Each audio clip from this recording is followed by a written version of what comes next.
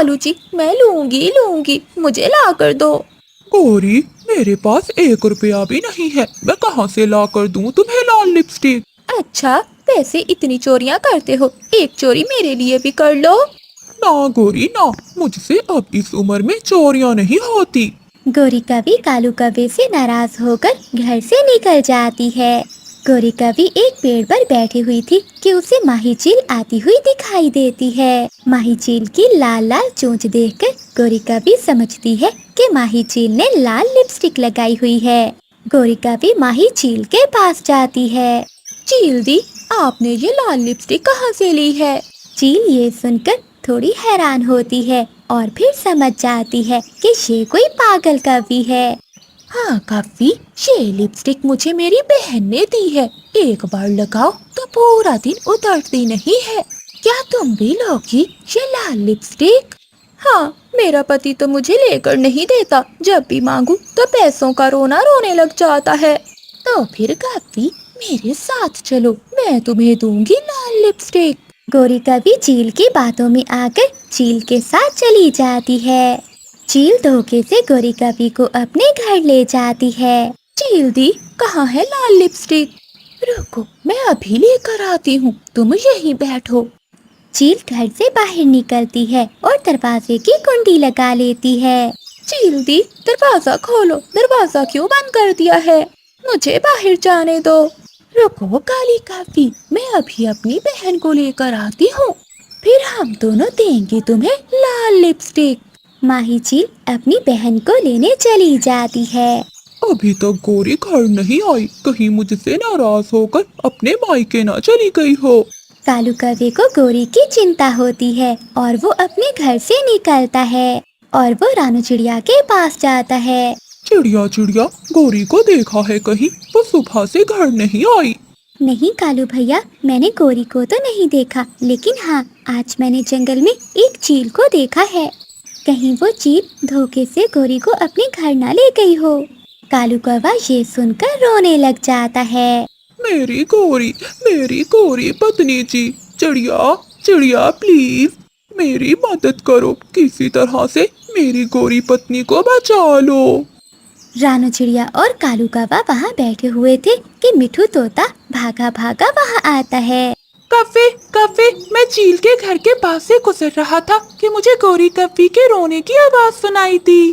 कव्वे भैया, वही हुआ जिसका मुझे डर था, हमें जल्दी जाना होगा। वो तीनों जल्दी से पहाड़ों की ओर जाते हैं। चील के घर का दरवाजा बाहर से बंद था। गौरी गौरी, क्या तुम यहाँ हो? कालू कालू, मेरे पति जी, मुझे बचा लो, मैं यहाँ ही हूँ। चील मुझे लिपस्टिक का लालच देकर यहाँ ले आई थी, वो अपनी बहन को बुलाने गई है। दोनों बहनें मिलकर मुझे खाना चाहती है।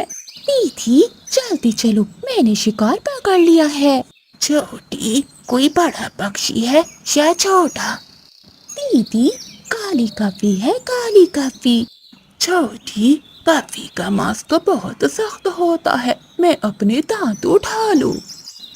माही चील की बड़ी बहन अपने नकली दांत उठाती है और चील के साथ उसके घर की ओर उड़ जाती है। मिठू तोता अपनी तेज चोंच से दरवाजे को काट रहा था। मिठू भैया जल्दी करो, वो चील आने ही वाली होगी। चिड़िया बहन, मुझे अपनी चोंच तेज करनी होगी। कव्वे, जाओ कोई पत्थर लेकर आओ।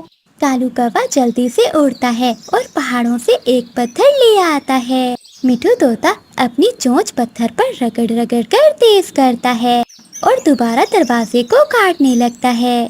कालू जी, जल्दी करो, मुझे बहुत डर लग रहा है। मिठू तोता थोड़ी ही देर में दरवाजा काट देता है और गौरी कवि फुर से बाहर आ जाती है। फिर वो सब वहाँ से भाग जाते हैं। जब चील और उसकी बड़ी बहन वहाँ आती है तो वहाँ कोई भी नहीं था। अरे छोटी, यहाँ तो कोई भी नहीं है। दीदी, दरवाजा टूटा हुआ है, लगता है उस कवि के साथ ही उसे बचा कर ले गए हैं। छोटी, जिसके दोस्त अच्छे हो वो भला कहाँ मुश्किल में रह सकता है, क्योंकि सच्चे दोस्त ही मुसीबत में काम आते हैं। अब तो हमें भूखा ही सोना पड़ेगा। कालू जी, चिड़िया और मिठू, तुम सबका बहुत बहुत धन्यवाद, वरना वो चील बहनें अभी तक मुझे खा गई होती। गोरी, वो तो अच्छा हुआ कि मिठू था जिसने दरवाजे को काट कर तुम्हें बाहर निकाला। गौरी, दोबारा चील से लाल लिपस्टिक लेने मत जाना, वरना जान से जाओगी। कालू जी, अब तो मैं कभी भी लाल लिपस्टिक नहीं मांगूंगी। जंगल में बहुत तेज बारिश हो रही थी। ऐसी बारिश में गोरी कभी उड़ती हुई चिड़िया के पास जाती है। चिड़िया, बहुत हो गया, अब मेरा ये घर खाली कर दो। मेरे घर की छत टपकने लगी है, मैं अपने बच्चों को लेकर इस घर में आना चाहती हूँ। कृपया करें गोरी बहन, जब मैं इस जंगल में आई थी तो आपने मुझे ये बना बनाया घर दिया था। तब मुझे इस घर की जरूरत नहीं थी, अब मुझे जरूरत है, सुन लिया? चलो जल्दी से मेरे घर को खाली करो। गोरी बहन, मुझे शाम तक का समय दे दें, ऐसी बारिश में मेरे अंडे खराब हो जाएंगे। ठीक है चिड़िया, मैं शाम को दोबारा आऊंगी। गोरी कभी ऐसे चिड़िया को धमकी लगाकर वहाँ से चली जाती है। मामा चिड़िया बहुत परेशान थी, वो तेज बारिश में उड़ती है। थोड़ी दूर कबूतर अपने घोंसले में बैठा हुआ था। चिड़िया कबूतर के पास जाती है। कबूतर, कबूतर भैया, गोरी ने मुझे घर खाली करने का कह दिया है। अब आप ही बताइए कि ऐसी बारिश में मैं अपने अंडों को लेकर कहाँ जाऊँगी। चिड़िया बहन, मेरा तो तिनकों का घोंसला है, आपके अंडे यहाँ पर सुरक्षित नहीं रहेंगे। तुमने उस कवि का विश्वास करके बहुत बड़ी गलती की है। उस कवि ने मुझे धोखा दिया और मुझे अपना घर नहीं बनाने दिया। अगर आज मेरा अपना घर होता तो मुझे कोई चिंता न होती।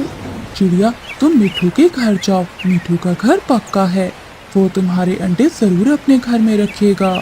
रानू चिड़िया फिर से बारिश में उड़ती है। मिठू तोते का घर जंगल की दूसरी ओर था। चिड़िया बेचारी बारिश में बहुत मुश्किल से उड़ रही थी।